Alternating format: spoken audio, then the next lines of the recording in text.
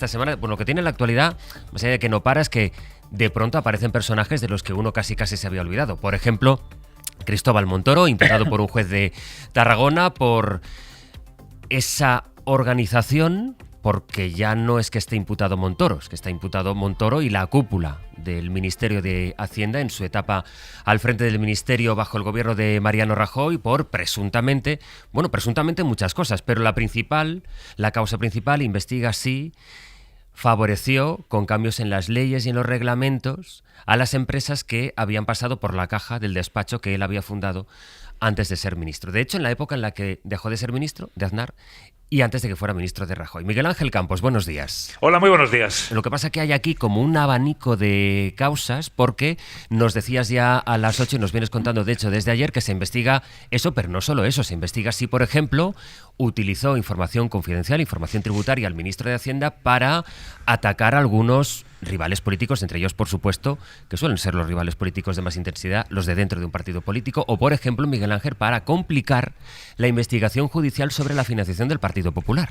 Sí, por un lado tenemos la pieza principal con unos 18 tomos sobre cómo Montoro y la cúpula de Hacienda maniobraron para supuestamente influir en la legislación con el objetivo de beneficiar a empresas gasistas que previamente habían sobornado al propio ministro y a los altos cargos con cerca de 1 millón de euros. Pero no solo tenemos, José Luis, a las empresas gasistas. En otras piezas que permanecen bajo secreto, la investigación apunta que con otros sectores industriales, como el eléctrico, entre otros, esta Hacienda podrida actuó de forma similar con pagos en total superiores a los 10 millones de euros. Supuestamente nos encontramos en una causa donde el ministro de Hacienda y el resto de altos cargos del ministerio investigados, el secretario de Estado, los 2 subsecretarios, 2 directores generales de tributos, jefes de gabinete y hasta el director general de la Agencia Estatal de Administración Tributaria y de la ONIF, la oficina de élite que debía ser el centinela contra el fraude y la corrupción, actuaban como corrompidos y como corruptores. Y es que proponían a las empresas que su mediación era la única forma de cumplir sus objetivos. Y una vez pagado el soborno, influían en la legislación para proporcionarles beneficios fiscales. Beneficios fiscales en lo peor de la crisis, entre 2012 y 2018, mientras el gobierno de Rajoy exigía un esfuerzo a familias y otros sectores económicos o recortaba servicios públicos básicos para salir del bache económico o rescatar a la banca.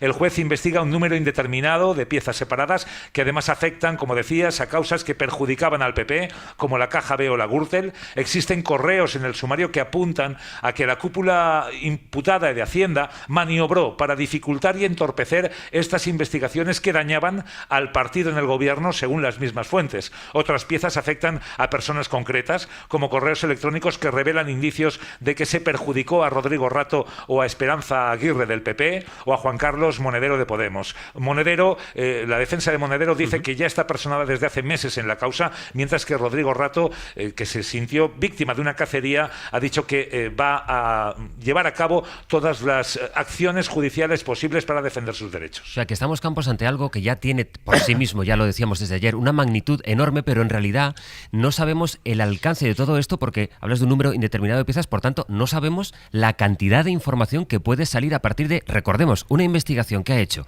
que esto también tiene mucha amiga, un juez de Tarragona, esto no se ha hecho en Madrid, lo ha hecho un juez de Tarragona durante una instrucción que ha tenido bajo secreto de sumario durante 7 años. 7 años, sí, una investigación que ha sido compleja y difícil para un juzgado de Tarragona, lo que ya de por sí ha provocado que vaya más despacio de lo habitual. A ello le sumamos también los choques que ha habido dentro de la unidad de la acusación, dentro de la Fiscalía Anticorrupción, porque la fiscal anticorrupción encargada del caso, Carmen García Cerdá, quiso ir más allá en principio, quiso incorporar correos y adjuntos de correos que supuestamente implicaban directamente a Montoro. Esto provocó un choque con la jefatura de la Fiscalía Anticorrupción, que entendía que había información o correos que nada tenían que ver, que no eran delito. La fiscal Carmen García Cerdá invocó el artículo 27 del Estatuto Fiscal para que sus compañeros respaldasen o no esa ampliación de la investigación que afectaba a un correo supuestamente que era el correo personal de Cristóbal Montoro, perdió ese estatuto del 27, intentó por otra vía, con una llamada al jefe de los Mossos de Escuadra que ejerce de policía local, que se incorporase esa información al procedimiento. Entendieron que era una deslealtad desde la Jefatura de Anticorrupción, iniciaron un procedimiento sancionador y finalmente pues la fiscal encargada del caso fue sancionada y tutelada desde entonces por el teniente fiscal anticorrupción en la causa. Carmen García Cerdá sigue como fiscal de este caso en Tarragona, pero con la tutela del teniente fiscal de anticorrupción, Antonio Romeral. Muy llamativo el caso. Por tanto, la fiscal del caso se empecinó en que quería averiguar lo que contenía un correo porque ella tenía la intuición de que era el correo del ministro y que por tanto era del exministro Montoro Bayo y que era fundamental para su investigación. El fiscal superior a ella le dijo que no, ella insistió, lo acabó haciendo, tuvo que afrontar una sanción, pero al final, Campos, esa información consta en la investigación, que es lo relevante. Sí, y vamos a ver qué sucede. El juez, pues ha dictaminado previa comunicación con el fiscal, sí, que le comunique si deben hacerse expurgos, es decir, si debe eliminarse información de la causa antes de que la conozcan todas las partes. Veremos qué es lo que sucede finalmente. El caso ya ha estallado y está en los medios. Además, hay diferentes partes que quieren personarse, que se consideran agraviadas, que quieren personarse en el procedimiento y a pesar de lo que diga la Fiscalía, pueden pues invocar sus derechos y al propio juez o a la Audiencia Provincial de Tarragona exigir que no sean expurgados y que se mantengan todos esos correos dentro de la contingencia de la causa. Veremos lo que sucede. Nos quedan semanas, meses todavía de mucha información. Va a ser un cuentagotas continuo y esto no ha hecho más que empezar. Pues lectura de verano. Campos, gracias. Hasta luego. De ese sumario de esas piezas, la pieza principal, pero todas las piezas que se van a ir derivando. Ayer hablábamos, cuando empezábamos a conocer los primeros indicios, Cristina, de lo que teníamos sobre la mesa. Bueno, ya desde luego nos parecía un asunto grave, que ya veíamos que no afectaba solo a Cristóbal Montoro, sino que era una manera de proceder, pero según van pasando las horas, es evidente que nos encontramos ante algo de una dimensión realmente extraordinaria y mayor de la que pudo parecer al principio. Y se vuelve a cumplir esa máxima que dice que en los casos de corrupción nunca es un planteamiento de manzanas podridas, es decir, de personas aisladas, sino que siempre se necesita de una red, de una trama, de lo que llamamos el cesto de cerezas, ¿no? Es decir, que tú tiras de una cereza, de un caso de corrupción, de un presunto caso de corrupción que afecta a una persona, y te llevas con él prácticamente todo el cesto, pues es decir, toda la trama que hace falta. En algunos casos hace falta personas que hagan algo activamente para que ese fenómeno de corrupción se lleve a cabo. En otros simplemente que dejen hacer. Por lo tanto, hay diferentes niveles. No hablo solamente de las cuestiones penales, judiciales, sino también de comportamientos y de planteamientos políticos, pero efectivamente hace falta siempre mucha gente para que esos fenómenos de corrupción se lleven a cabo, ¿no? Fíjate que lo primero que nos estamos planteando en los dos últimos escándalos de corrupción que hemos tenido, por un lado el que afecta a Koldo, Cerdán, Ábalos, presuntamente por un lado, y el que afecta ahora a buena parte de la cúpula del Ministerio de Hacienda, presuntamente por otro lado, en los dos casos la primera pregunta que nos hacemos todos es eso, ¿no? ¿Hasta dónde llega esto? O sea, porque aparecen unos primeros nombres, pero ya en este país tenemos ya la experiencia suficiente como para saber que eso es la punta del iceberg, ¿no? Que detrás de eso hay mucho más. Con lo cual, la primera pregunta que siempre nos hacemos es esa, ¿no? ¿Hasta dónde? ¿Cuál es la profundidad del cesto de cerezas? ¿Cuánto nos vamos a llevar si tiramos de allí? Y a partir de ahí, claro, la noticia de hoy de que hay un número indeterminado de causas, ¿no? De piezas separadas. Claro, indeterminado puede ser 2 o puede ser 50. No sabemos cuánto es lo indeterminado, por eso es indeterminado. Pero yo creo que nos remite a todos a sospechar lo peor, ¿no? A sospechar que efectivamente aquí la trama iba mucho más allá. En un primer momento se habló de empresas gasistas. Hoy ya se está hablando de otro tipo de empresas también, de empresas energéticas en general, del sector de las renovables, que ha crecido de una forma muy rápida y probablemente no excesivamente pautada o controlada para que se hiciera de manera ordenada. Es decir, de muchos elementos que tienen que ver con sectores económicos estratégicos, que suelen ser energéticas, constructoras, este tipo de alguna manera de empresas. Y abre un debate... Departamento, perdona Cristina, sí, que tiene la información tributaria. Bueno, de todo el mundo. Es que eso es, o sea, para los laicos, eso es lo único sagrado que hay Pues... en una democracia, ¿no? Efectivamente. Es decir, tenemos ahí toda esa información tributaria y además empezamos a saber, lo decía ahora Campos, que eso no solamente era una cuestión de cabildeo del malo, ¿no? No solamente era una cuestión de influir indebidamente, de lo que nosotros llamamos la captura de políticas. Es decir, que una serie de elementos tengan una capacidad de influir en las decisiones públicas de tal manera que lo que guía esas decisiones públicas no es el interés general, sino el interés particular de unos cuantos, que es el caso concreto que estamos hablando, sino que también se ha podido utilizar para elementos de extorsión, para vendetas políticas, para luchas contra los contrarios, algunas veces incluso del propio partido, ¿sabes? Nos recordamos aquello de cuerpo a tierra que vienen los nuestros, ¿no? Sí. Efectivamente. Por lo tanto, yo creo que estamos en el inicio de un tema que no sé si va a ser lectura de verano, como decías, pero va a dar mucho que sí. Decía Campos ahora como hay informaciones, como buscaban informaciones contra Rato, que ya veremos, se reserva su derecho de actuar contra Esperanza Aguirre. Hoy La Vanguardia cuenta que también se buscó información pues de la baronesa Thyssen, de Rafa Nadal. Dice, estos correos muestran cómo el director de la agencia tributaria reclamaba información confidencial a los inspectores que elaboraban informes por mandato judicial, pero que eso llegaba a la agencia tributaria y de ahí a Montoro para que dispusiera de todo lo que se estaba investigando. Gonzalo.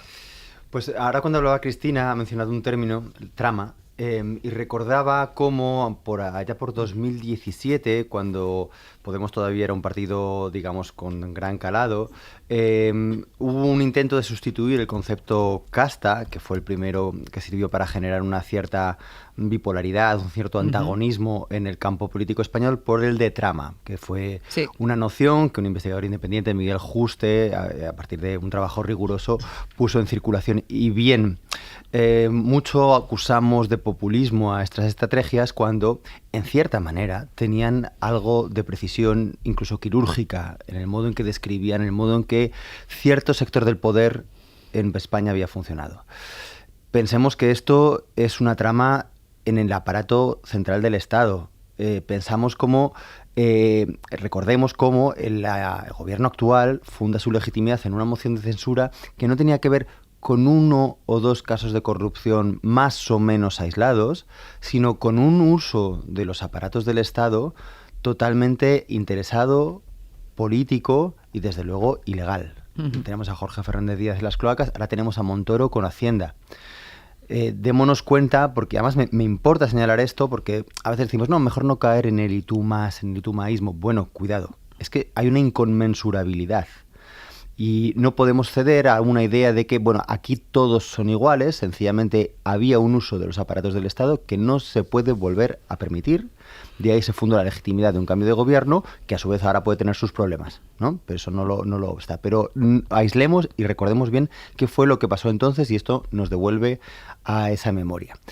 Dicho esto, hay mucha tela por cortar. Cristina conoce muy bien ese sector, el energético, es un proceloso, es muy difícil meterse en ello, pero también conviene recordar el contexto político, la disputa acerca de la política energética en el gobierno de Rajoy.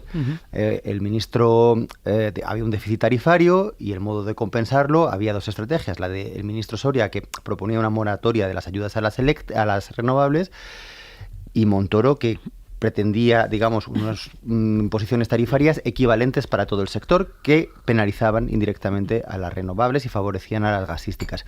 Entonces vemos que, digamos, las políticas industriales estaban totalmente determinadas por sus clientes. No era una cuestión ideológica, por sus clientes eran privados. Solo negocios. Claro, exacto. Entonces, como resultado, digamos, un sector crucial de la economía y del desarrollo industrial ha estado lastrado por los intereses de un señor, ¿no? Entonces, dimensionemos también, gracias a ello, la gravedad que tiene todo esto, ¿no? Luego ya podemos hablar de otras cuestiones, ¿no? De si la elección de los hombres de confianza, de las personas de confianza de un ministro, puede ser totalmente libre y autónoma y sin estar sujeta a ningún tipo de auditoría, porque es tremendo, ¿no? Como todos ellos, o sea, cuando yo escuchaba ayer a Miguel Ángel Campos y decía, es que prácticamente todos los trabajadores de un cierto nivel hacia arriba están implicados en esto, es sorprendente, ¿no? 28 imputados, 6 empresas imputadas. Claro. Ignacio. Sí, la verdad es que este caso tiene muchas dimensiones. A mí la que más me preocupa es el contexto en el que se produjo esto.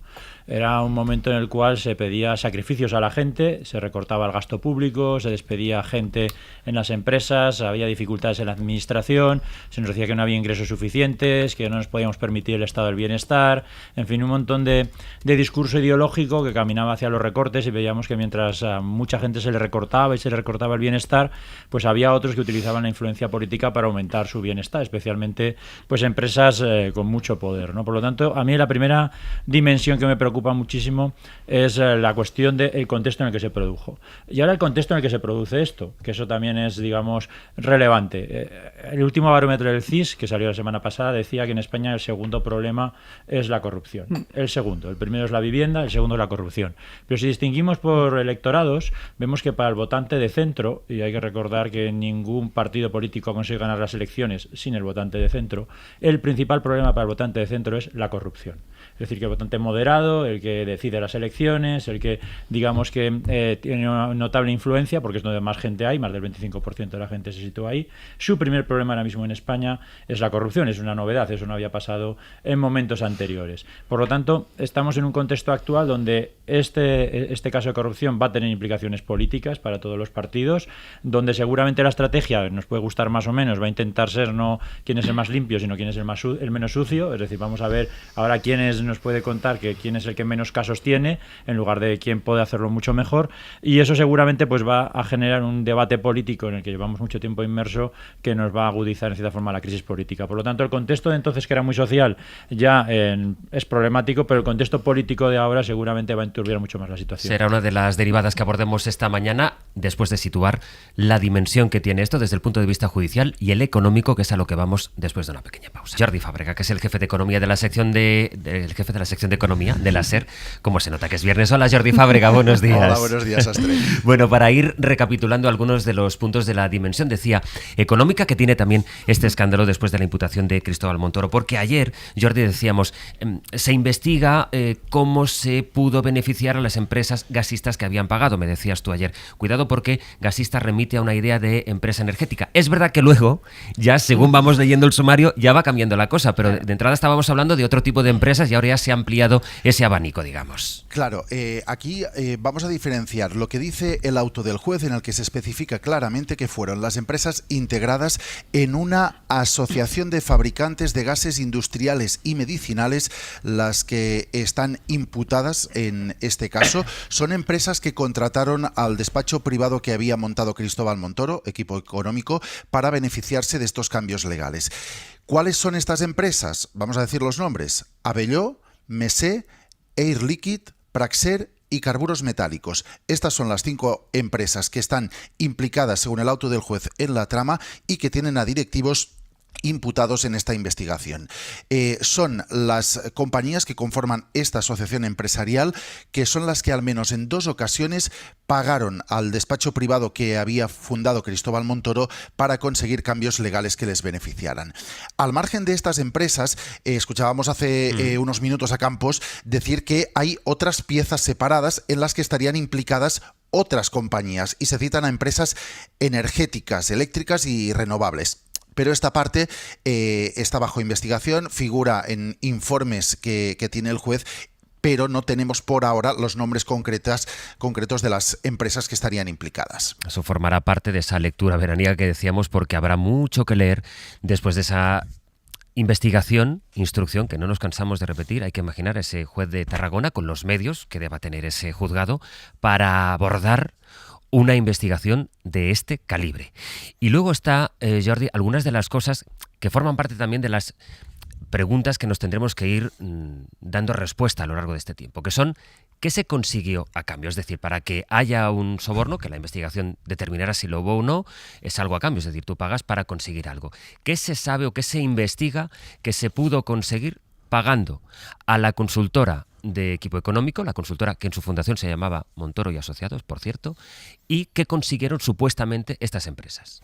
Pues lo que tenemos es que, según el juez, al menos hasta en 2 ocasiones esa asociación empresarial de empresas gasistas contrató al despacho que había fundado Cristóbal Montoro y consiguió que se cambiaran por lo menos 2 leyes. La primera vez fue en 2014, después de varios intentos infructuosos por la vía, llamémosla legal, con reuniones, con cartas al ministerio, con llamadas de teléfono que hicieron varias patronales y varias empresas que pedían beneficiarse de unas bonificaciones en el impuesto especial sobre la electricidad y que no consiguieron su objetivo por esta vía.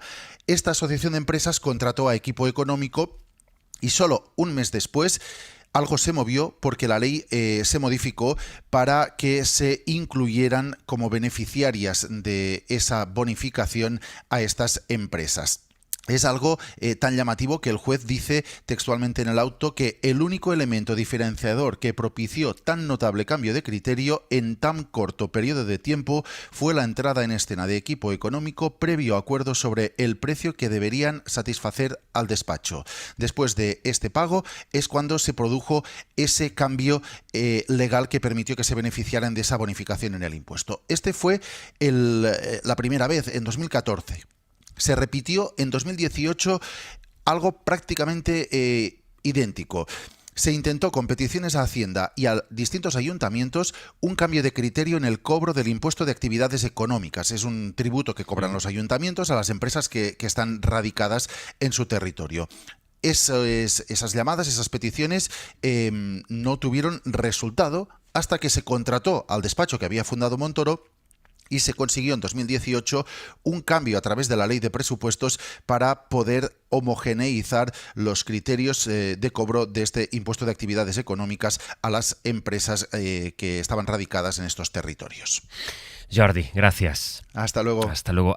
Hay una derivada que es política y a la que luego iremos con la reacción del PP, con esto que decía ahora Ignacio, que es muy interesante, y es, oye, al final el escenario, el debate político queda como una especie de la corrupción, todos son iguales, aquí gana la antipolítica, ahora iremos a eso. Pero por poner los elementos, es decir, esto no nos puede tampoco dejar de analizar, Cristina, la dimensión de cómo puede, este es un país que ha avanzado tantísimo en tan poco tiempo, moderno en teoría para tantas otras cosas, ¿cómo se puede instalar lo que presuntamente se instaló, lo que está investigando el juez? ¿Cómo puede ser que en la cúpula de Hacienda y en algo tan sensible, tan mollar, tan delicado y tan básico para el funcionamiento de este país, como es la agencia tributaria y su correlato con el Ministerio de Hacienda, porque se ha hablado mucho de la falta de transparencia, de los lobbies, lo que quieras, pero hasta llegar aquí?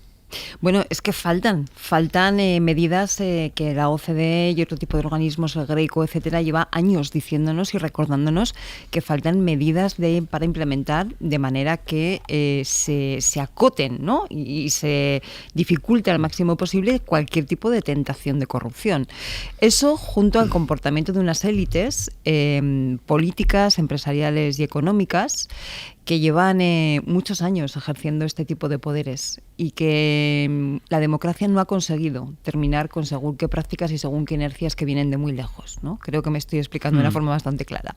Si juntas esos 2 elementos, pues no voy a decir, ni mucho menos que se esté facilitando, pero desde luego no se está dificultando todo lo necesario que ese tipo de fenómenos de corrupción se puedan dar. Y digo se puedan dar porque no se dan siempre. Ojo, o sea, que nadie piense aquí que el Ministerio de Hacienda, en los 40 y tantos años de democracia que llevamos, ha sido un nido de corrupción. No, en absoluto. Pero cuando hay voluntad de poner en marcha este tipo de prácticas, no existen los cortafuegos suficientes, las dificultades suficientes, los mecanismos de transparencia, de rendición de cuentas, etcétera, etcétera, como para dificultar que eso pase. Y ese es el reto que tenemos pendiente. Y luego podemos abrir debates que son muy interesantes y que ojalá este verano los abramos, ¿no? Como por ejemplo, ¿qué pasa con los lobbies? ¿No? Porque la función del lobby, que es una función de influencia, es perfectamente legítima en las sociedades democráticas, siempre y cuando esté regulada, sea transparente, tenga unos criterios, y sobre todo cuando el legislador o el que está gestionando lo público lo haga siguiendo criterios de interés general, que es la clave de todo esto, pero no por criterios de interés particular. Antes le hacía la broma a Gonzalo, ¿no? Cuando hablaba de la modificación tributaria que hizo Montoro para el tema de las renovables, ¿no? No era una cuestión ideológica. O sea, porque si hubiera habido un motivo ideológico, decir, mira, no, es que yo creo que este tipo de energías hay que penalizarlas o hay que fomentarlas o hay que ponerlas en igualdad de condiciones que las otras, tal. Bueno, pues es una discusión política ideológica, ¿no? De cuál es tu modelo energético. No, es que no iba de un modelo energético ni de un modelo ideológico, iba de interés personal o interés particular, en lugar del interés general. Antes de seguir con el análisis de, bueno, esto que planteábamos ahora con Cristina, cómo pudo pasar y las cosas que ahora se irán sabiendo de las peleas que seguramente hubo y ha habido dentro de la agencia tributaria para el control, la fiscalización del pago de los impuestos. Me decía Miguel Ángel Campos, sigues por ahí, ¿verdad, Campos? Sí, aquí estoy. Algún, episodio que demuestra bien las tensiones que hay e incluso las presiones que puede haber habido y que seguirán sabiendo dentro de Hacienda en la etapa de Montoro. Sí, y que no todos, José Luis, no todos en Hacienda eran corruptos. Una decisión del ahora imputado exdirector de la Agencia Estatal de Administración Tributaria, Santiago Menéndez, provocó una crisis sin precedentes en Hacienda en el año 2013, a los 5 meses tan solo de llegar Menéndez al cargo. Menéndez, como director de la Agencia Tributaria, despidió entonces a una inspectora que se negó a retirar una sanción de 450 millones a la cementera mexicana Cemex, y 5 responsables del área de grandes contribuyentes del Ministerio, 5, dimitieron por mostrarse disconformes con la decisión. Entre ellos, el director de inspección de la agencia tributaria, Luis Jones. Aquello, José Luis, tiene un tufo ahora, que sabemos muchas cosas, muy similar a lo que investiga el juez de Tarragona. Por cierto, Santiago Menéndez no solo fue director de la Agencia Estatal de Administración Tributaria, sino director de la ONIF, la Oficina Nacional de Investigación del Fraude, la élite, la supuesta élite en la lucha contra la corrupción de la agencia tributaria. El zorro cuidando al gallinero, presuntamente, claro. No, todo presunto sí, pero decías ahora, no todo el mundo es corrupto, por supuesto, ni mucho menos. Aquí lo que precisamente nos está llamando la atención, Campos, es que esto pudiera organizarse, esta trama, pero frente a eso está también la honestidad de tantísimos funcionarios públicos que, como en el caso que nos acabas de relatar, o el caso de los jueces fiscales, como contábamos antes, que han seguido investigando y haciendo su trabajo, siguiendo su deber, exponiéndose a, bueno, pues lo que estás contando ahora, ¿no? Eso es, aquí la trama está circunscrita, y no es poco, a los altos cargos que hemos mencionado anteriormente. Hombre, no, desde luego que no. El ministro, secretario de Estado, 2 subsecretarios, 2 directores generales de tributos, jefe de gabinete, el asesor principal del ministro Montoro y el director de la Agencia Estatal de Administración Tributaria y quien fuera también jefe de la ONIF. De momento, hasta luego. Adiós, Campos. Hasta luego. Gonzalo. Esta precisión de Campos es muy importante porque recordemos, es obvio, pero es necesario incidir en ello, que en las administraciones públicas hay cargos de designación política y cargos de carrera de funcionarios, ¿no? Y de lo que estamos hablando fundamentalmente o en su totalidad es de los cargos de designación política directa. Desde ministro, secretarios de Estado, direcciones generales, subsecretarías.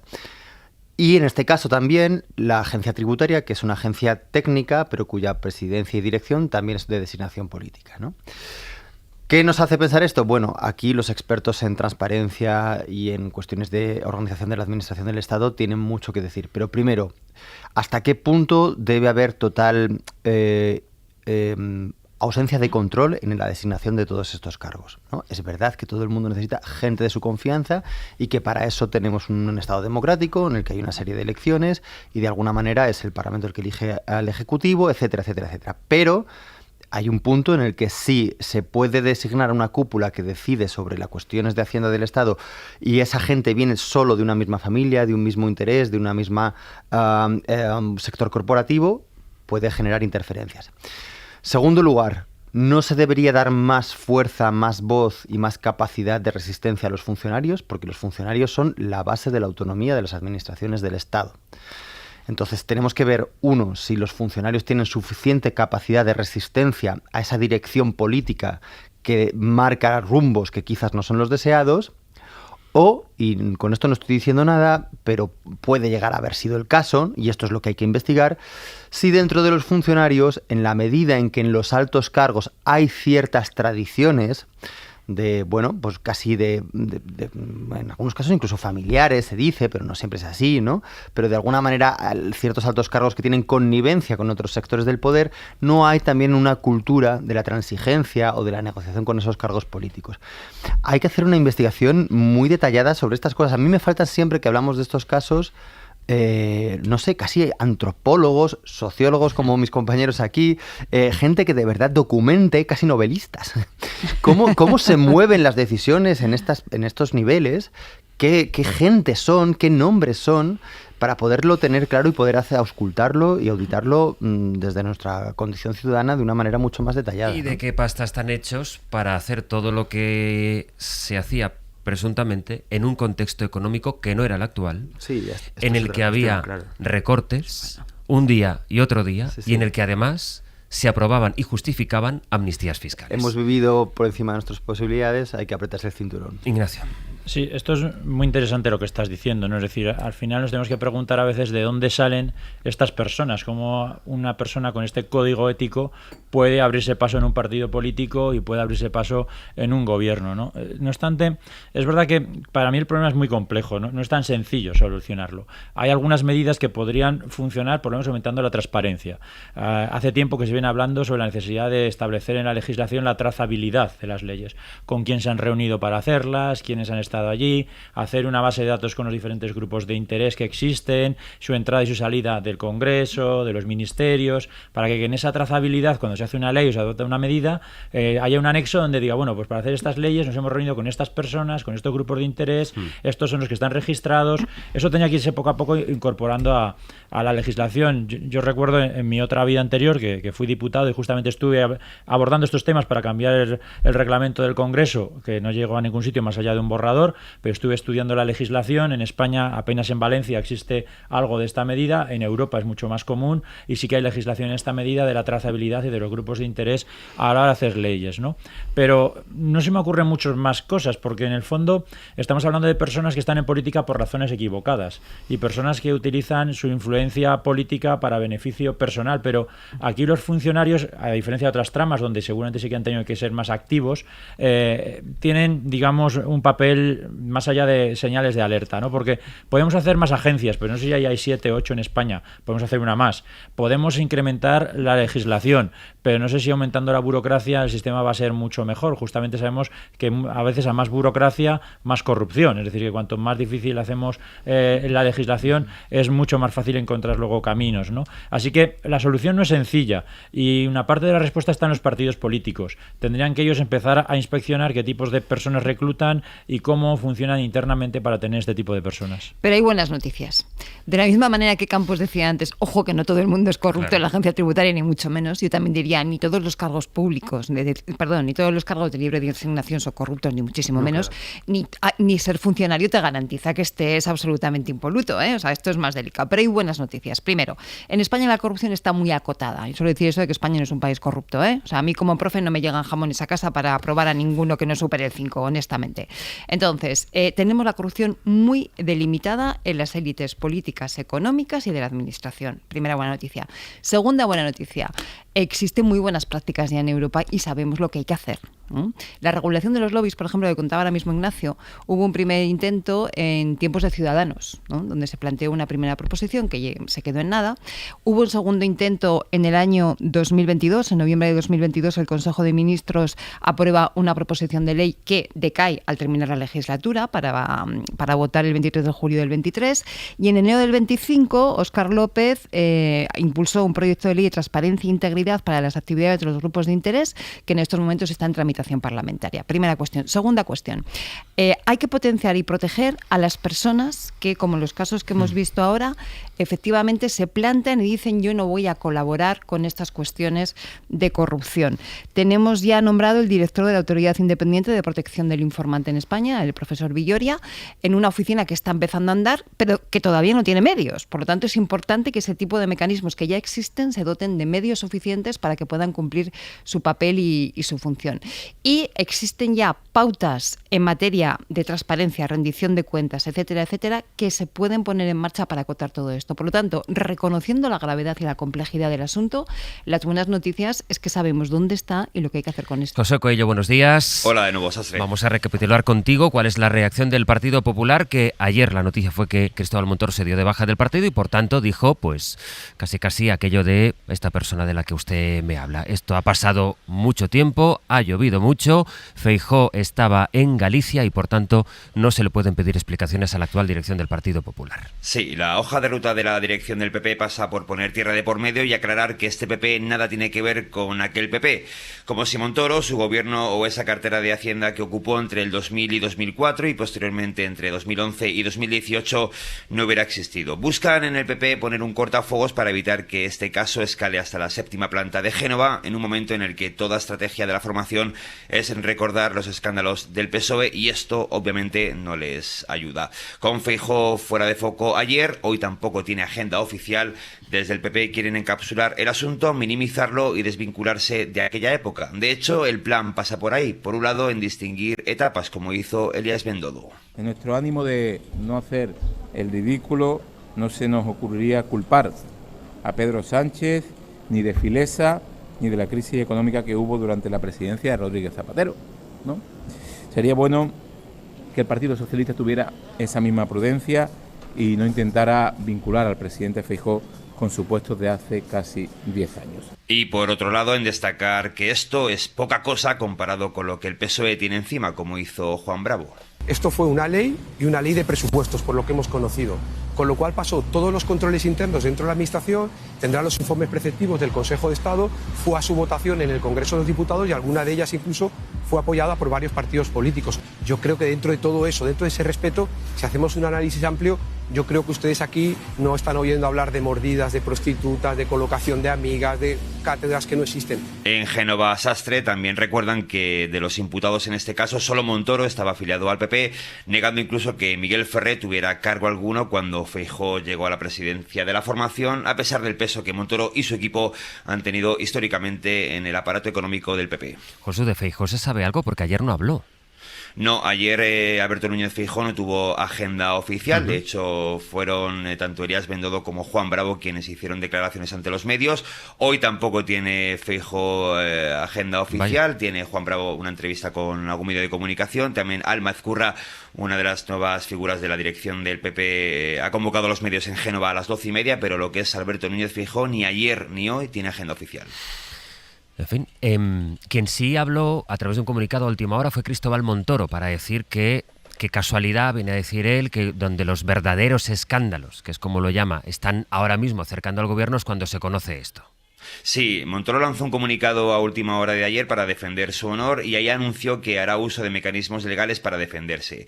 Quien fuera titular de Hacienda dice que esta causa se realiza sin otra motivación que la de haber sido ministro, niega su vinculación con este caso y sugiere supuestos intereses para contraponerlo a la agenda judicial del gobierno. El exministro dice en ese comunicado, y cito literalmente, que han esperado a mi salida del ministerio para iniciar una investigación judicial con sumario secreto que ha durado 7 años, lo que ya es un hecho, dice Montoro, absolutamente anómalo. Y añade, se han levantado el secreto de sumario con un auto que me señala como investigado, todo ello coincidiendo con el actual contexto de escándalos del gobierno de España.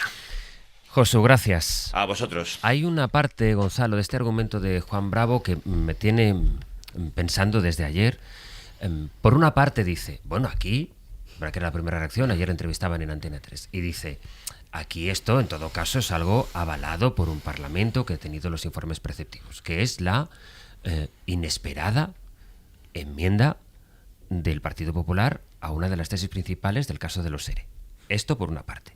Y luego cuando dice, pero aquí no verán mordidas ni prostitución, no sé exactamente qué es lo que está queriendo decirnos con esto. Si esto no es cutre, si esto es presunta corrupción de otro tipo, si está en otra categoría, si esto tiene menos gravedad o está en otro ámbito de gravedad, o aquí no estamos hablando de lo más chusco. No sé exactamente a qué se refiere el vicesecretario de Hacienda del Partido Popular. Bueno, pues creo que la respuesta a esto la dio Rufián cuando habló, creo que dijo corrupción premium y corrupción, no recuerdo cómo calificaba la otra, en advertencia al Partido Socialista, cutre versus cutre. Para indicar cómo este tipo de cuestiones casi no necesitan ser negadas por parte del Partido Popular y por parte de la derecha. Este tipo de manejos en ciertos niveles del poder se da por supuesto que pueden llegar a existir, incluso que tienen sentido, y sin embargo existe una mayor intolerancia, primero hacia la corrupción cutre y segundo en la izquierda. Porque la izquierda tiene un nivel de exigencia moral ante el comportamiento de los cargos públicos mayor que el que tiene el electorado de la derecha. Rufián lo advertía muy bien. En la izquierda no puede haber ni un poco de corrupción, ni siquiera de la cutre. Y da igual que haya corrupción premium en ciertos sectores de la derecha. Esto es un poco lo que él venía a decir. Yo creo que básicamente a lo que se refería es a esto. Estos son manejos de poder, esto son cosas que pasan a esos niveles, las decisiones se toman así. Eso es lo que está en el subtexto, ¿no? Y por lo tanto no estamos en ese otro nivel que es el que arma ruido, el que es escandaloso, el que puede ser moralizado, porque es, digamos, más evidente la moralización de la palabra, porque ni siquiera son casos reales. Bueno, sí, en el caso de Ábalos, ¿no? Prostitución, ¿no? Que el de una corrupción de Estado en el que se influye en leyes para beneficios de una consultora en un nivel, digamos, de cifras incomparable, ¿no? Por lo tanto, yo creo que la cuestión va por ahí. El Partido Popular lo maneja con casi diría que con cierta habilidad. ¿Por qué?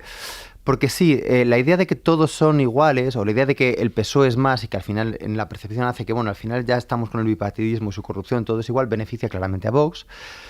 Pero que Vox crezca algo no va en perjuicio del PP, va en perjuicio de la posibilidad de un gobierno autónomo, independiente y no en coalición del PP. Pero en el mismo modo que el PSOE sabe que necesita gobernar en coalición, el PP puede llegar a un punto en que asuma que para gobernar necesita Vox. De tal manera que a él lo que le interesa es que el votante de izquierda se desmovilice o que no vote, mientras que el sector de la derecha siga creciendo, ¿no? Esto conecta, Ignacio, con esa reflexión que hacías del avance de la antipolítica. Sí, la verdad es que la afirmación de Juan Bravo es intrigante, ¿no? Porque mordidas sí que había. Claro. Es decir, que efectivamente se estaban pagando comisiones, sí que encontramos mordidas en esto, ¿no? Pero en este tema, yo a lo mejor disiento un poco de lo que está diciendo mi amigo Gonzalo.